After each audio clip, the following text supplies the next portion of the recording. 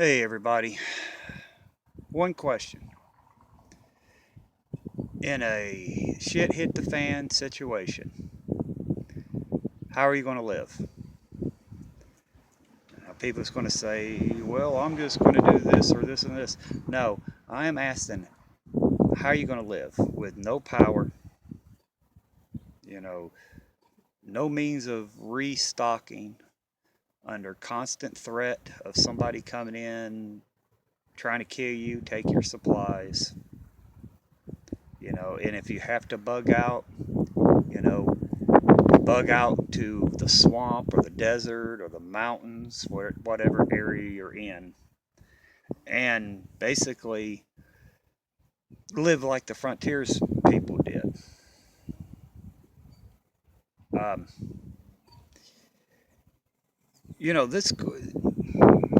this question, people's going to kind of blow it off like, oh, you know, I can handle it. I can do this. I can do that. But have you actually sat down and asked yourself, in a if a SHTF situation happen, how are you going to live? I'm going to have guys, people on here saying, oh, I got a generator. I got solar panel. I've got a well for fresh water. Or I got a spring for fresh water. Generators run out of gas. They break down. And people can hear your generator running.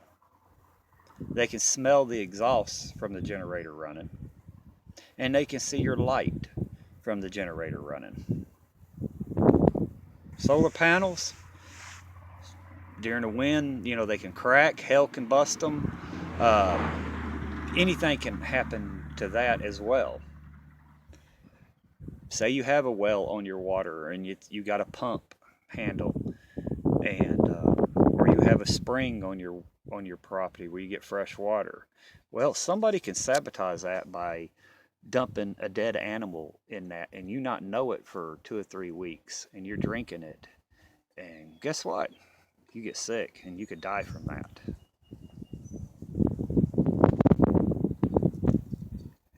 I done a video on cooking. It could get you killed. Just done a post on ticks and mosquitoes and stuff like that that could, you know, get you killed. It can kill you, make you sick.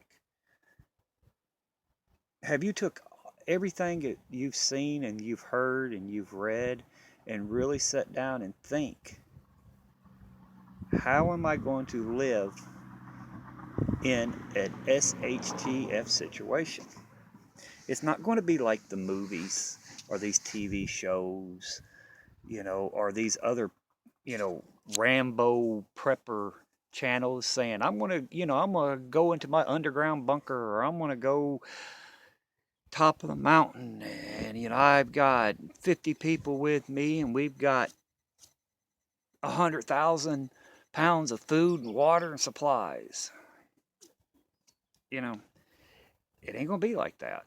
It's going to be nitty gritty hell on earth, basically. You know, say we get hit by an EMP. Somebody fires a nuclear missile above us, our atmosphere, takes us out, hits us with an EMP, takes everything out. Or say it just takes half the country out. People not thinking. There's nuclear reactors all over the country. When they go down, they go offline, they go hot. They explode if they're not put back online in time. That's nuclear fallout. How are you going to survive that? I've been just doing a lot of thinking of stuff, and I have made the same mistake a lot of other people has made. I get caught up in stuff, and I think, oh, I can do this and I can do that. The bottom line is, we're going to be in hell It's going to be hard. It's going to be miserable. It can be done. Don't get me wrong. I'm not saying lay down and die. It can be done, but they will be very few doing it because it will be so hard. Take 100 people, put them in a room, open a door and let 3 people out. That's how many's going to survive. The rest is going to die. So, it's going to be hard to do it, but we're going to have to rely on ourselves. We're going to have to rely on others. And that's going to be hard to rely on somebody because you don't know what's in the back of their head, because they're going to you might be thinking they're going to screw me over, and they could be thinking the same thing about you. They're going to screw me over. So it's going to be hard. Little communities might be formed, and it's still there's going to be conflict in there. So I mean, just ask yourself, how are you going to live? It's going to be hard. I mean, don't just get all these TV program shows out of your head, all these survival or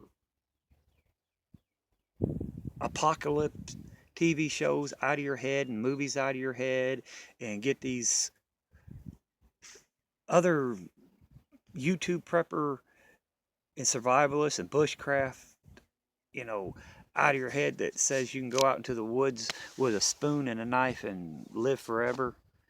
Get those out of your head and just actually sit back and think, if something was to happen, how are you going to live?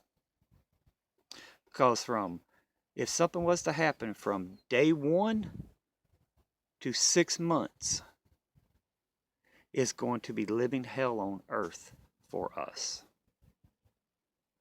After 6 months, I say things will settle down, and the communities will be formed, and things will kind of start clicking together. It has nothing to do with the government. It's going to be individual communities bringing law and order back. Common folk bringing law and order like they did in the frontiers day, where there was no government, there was no military, there was no police or anything like that. And the barter system will be very important. That'd be the top line of how to survive, by bartering. And how are you going to get the items to barter? You're going to get them off the dead. Basically, you're going to take from the dead in order for you to live.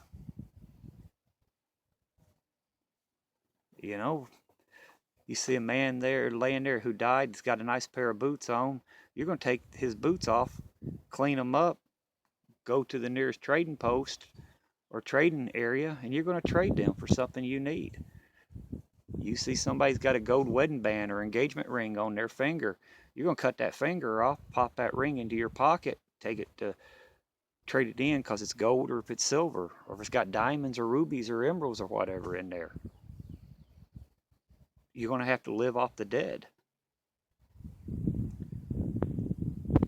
So just think about what I said. How are you going to live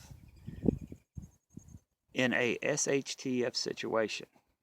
And forget about all, like I said, all these movies, all these TV shows, all these Rambo preppers, and just think about the worst case scenario for you. How are you going to make it through it? How are you going to do it? And yes, it's going to be extremely hard, because we have hard times coming. You know, we all got fooled and thought, man, things are going to get great. And now we got blindsided and things are going to get tough. And we, the common people, are going to pay the price. So just get back to me. I love to hear your guys' thoughts and comments on this video. I want to just say thank you to all my sub friends who put a comment down on my video yesterday about the ticks and the mosquitoes. There's a lot of great information, and I want to thank you guys for that. And everybody, be safe, keep preparing, and I'll see you on the next one. Bye for now, guys.